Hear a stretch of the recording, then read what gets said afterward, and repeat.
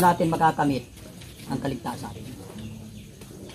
Kung yung paraan ng Diyos, ng Panginoon, ipinaunawa na sa atin, yun ang kanyang paraan.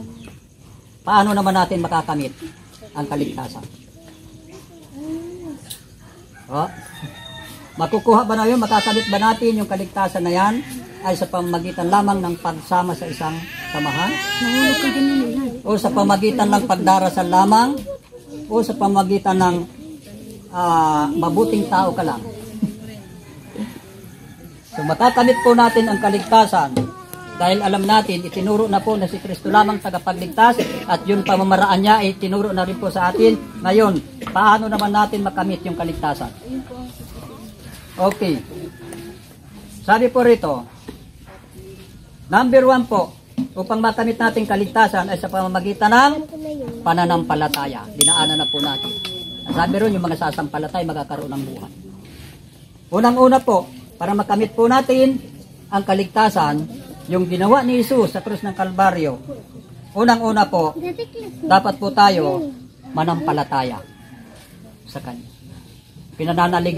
Nananalig po ba tayo o nananiwala tayo na si Kristo namatay sa krus dahil sa ating mga kasalanan? Kalimitan po ayaw eh. Yung iba, hindi naniniwala. Pero po ito yung kaparaanan. Kung paano yung paraan ng Diyos ng pagliligtas, ito rin dapat makamit natin ang kaligtasan. Unang-una po, sumampalataya tayo sa Kanya. Amen? Dahil po ng Ephesians chapter 2, verse 8 hanggang 9, dahil sa kagandahang loob ng Diyos ay naligtas kayo sa pamagitan ng inyong pananalig kay Kristo at ang kaligtasang iyon ay kaloob ng Diyos, hindi mula sa inyo. Yun po ay kaloob ng Diyos, hindi sa atin. At sabi po rito sa karugtong kasi hindi ito dahil sa inyong mga gawa, kaya't walang dapat ipagmalaki ang sinuman. Yung kaligtasan pong yan po ay kaloob ng Diyos sa atin sa pamagitan ng pananampalataya. Yung iba kasi po para maligtas, ngayon mga nakalipas na marami yan. Yung mga naghahampas po sa likod, pipinitin siya. Yung iba naglalakad malayo galing dito sa Pili hanggang Grupo sa Manila. Papasaan ng cross, yun ang paraan nila. Yun ang paraan ng tao para daw siya maligtas. Pero hindi po, sabi po rito, hindi ito dahil sa inyong mga gawa. Hindi do sa paraan ng tao ang kaligtasan, kundi sabi po rito, ito ay kaloob ng Diyos sa pamagitan ng pananampalataya. Kahit po ito pinagkaloob na ng Diyos, pag hindi rin po natin pinaniwalaan, so hindi po natin makakamit ang kaligtasan. Kuha po natin. Okay. Sa John 5:24, sabi po rito, sinasabi ko sa inyo, ang nakikinig sa aking salita at nananalig sa nagsugo sa atin ay may buhay na walang hanggan. Hindi na siya hahatulan, kundi nilipat na sa buhay mula sa kamatayan. Wala na daw po siyang kahatulan, yung mga nananampalataya. Yung mga nananalig, sabi po ron, hindi nahatulan, kundi siya po ay ililipat na doon sa buhay na walang mula sa kamatayan. Dahil po dito yung pananalig. Gawa 16:30-31, sabi po rito, inilabas niya ang mga ito at sinabi, mga Ginoo, ano po ang dapat kong gawin upang ako'y maligtas? Yun po yung tanong ng isang bantay sa bilangguan. Subalit sumagot sila, sumampalataya ka sa Panginoong Hesus at maliligtas ka, ikaw at ang iyong sambayan. Di pa po kayo nagtatanong kung paano, kaya po sabi natin kanina, paano makakamit ang kaligtasan? Di ba kayo nagtatanong, paano ba ako maligtas? Pero sabi po rito, yung tanong na yan, sabi po rito, sumampalataya ka. Para maligtas ka, pati ng iyong sambayan. Pero yun po ninyo, isang tao lang ang sumampalataya, pati sambahayan. Kasi sila po, ay maaakay mo rin. Ano po? Okay, pangalawa po, bukod po doon sa panalayigan si Kristo, pangalawa po, pagsisihan at talikuran ang kasalanan. Paano po ba yung pagsisisi? Hindi, paano magsisi? Ha? Paano kapag ginagalitan ng nanay mo? At sabi, hindi na ako maulit. No, nasisi. So, pininto ko na ito sa inyo ha, yung sa magnanakaw, alam na po ninyo ito yung pinto ko patungkol sa magnanakaw, na ginawa nangumpisal, ano ho, sabi nung magnanakaw kasi, nagpunta kay Father at sabi mangungumpisal siya. At sabi ni Father ay bakit na, anong ginawa nung nagnakaw daw siya ng nyug. Eh, sabi niya mangungumpisal siya, kaya sabi ni Father, magdasal ka ng 10 Aba Ginoong Maria, 10 Amahan namin, at 10 sumasampalataya. Sabi nung magnanakaw, gagawin ko na pong tigba 20. Nagulat yung pare, bakit yung tigba 20? Mayroon pa pong laya duman. Ano? Ibig sabihin, nagsisi na doon sa kasalanan, babalikin pa nyo natira. Ibig sabihin po ng pagsisisi, pag pinagsisihan mo na, huwag mo nang gawin, talikuran mo na. Ano ho? Yung ibig sabihin ng pagsisisi. Alam ba, yung mga bata, pag pinalo ng nanay, tapos hindi na po ako mamama ulit, pero ilang araw, ulit na naman. Ano? So, hindi yung pagsisisi. Yun ay katigasan ng ulo. Okay. Yung po ano? Pagsisihan. Okay. Yan po yung binabanggit sa Bible. Ano?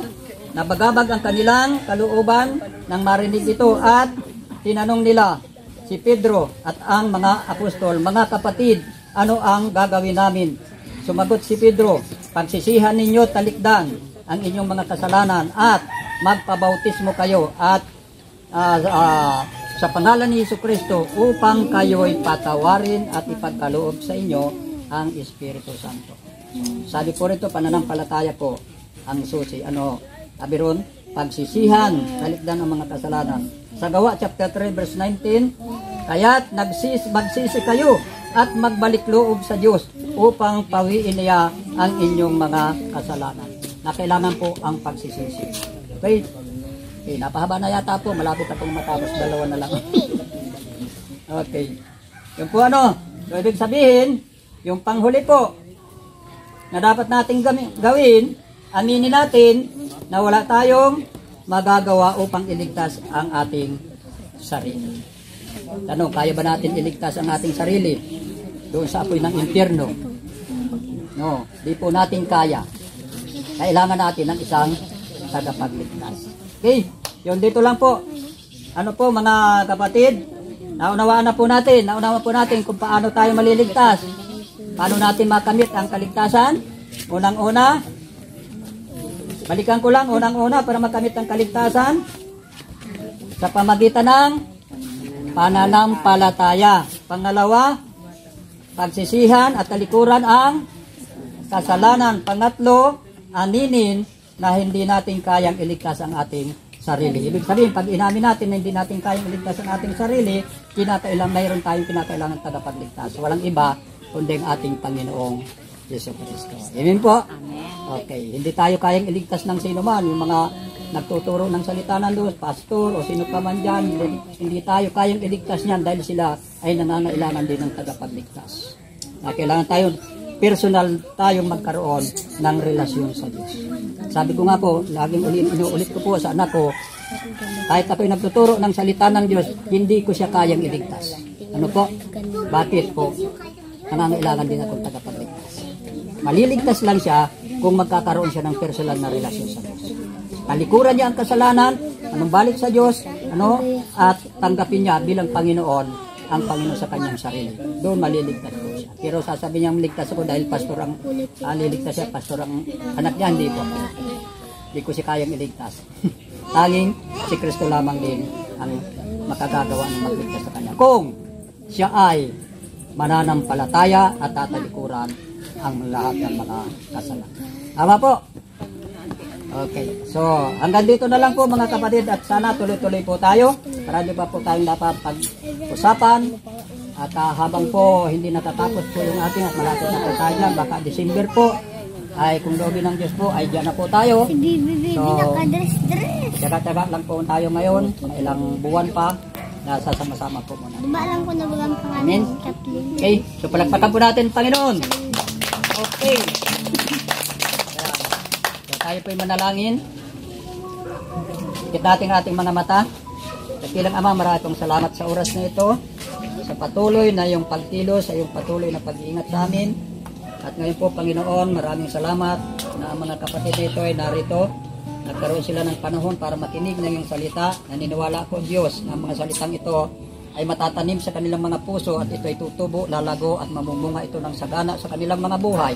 Dalangin namin, O Diyos, na mga napag-aralan namin na ito na patungkol sa kung paano ang kaparaanan mo na ipahayag mo na Panginoon ang kaparaanan ng iyong pagliligtas, subalit inalam din po namin kung paano namin makakamit ang kaligtasan. At ito, tinuro mo rin po Panginoon sa amin na sa pamagitan ng aming pananampalataya sa iyo at sa pamagitan ng pagsisisi ng aming mga kasalanan at pagtalikod dito at kami ay tanggapin namin na sa aming buhay ay wala kaming magagawa, hindi namin kayang iligtas ang aming sarili sa tiyak na kapahamakan, nangangailangan kami ng isang tagapagligtas, walang iba kundi ikaw, Panginoong Jesus.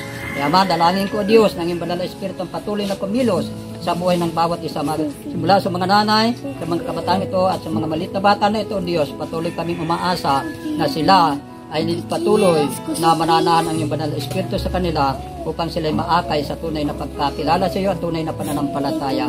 At nawa, O Diyos, hindi na sila maakay pa sa matakbo ng mundong ito, kundi sila'y lumakad sa landas ng katuwiran ng iyong kabanalan patungo sa iyong kaluwalhatian. Ingatan mo, Panginoon, ang mga kapatid na ito sa lugar na ito. At dalangin namin, O Diyos, na sa bawat araw na ganitong Panginoon pagtitipon, magsasama-sama kami upang pakinggan ang iyong salita. Pagpalain mo, O Diyos, sila. Maging ang mga physical na katawan na mayroon, mga karamdaman sa oras na ito, dalangin namin, O Diyos, sa pangalan ni Jesus, na patuloy mo silang bigyan ng kagalingan. Pagkatunay pa maging hindi maging isang hadlang ito sa kanilang paglilingkod sa iyo, kundi maranasan nila ang kaginhawaan, ang kapayapaan, ang kagalingan na nagmumula sa iyo at ang kasiglahan ng kanilang buhay upang sa ganon magkaroon sila ng tunay na kapayapaan. Palain mo, O Diyos, ang lahat ng ito mula sa mga kabataan ito, sa mga nanay at maging ang mga lingkod mo, Panginoon, na idinako mo sa lugar na ito na kami ay magkaroon ng katsagaan upang patuloy kami magsama-sama sa isang lugar na ito upang marami pang mga kaluluwa ang madala sa iyong banal na paanan. Salamat naman sa oras na ito. Purihin ka sa pangalan ni Jesus. In Jesus' name, Amen. So palagpakan muli po natin, Pastor. Amen.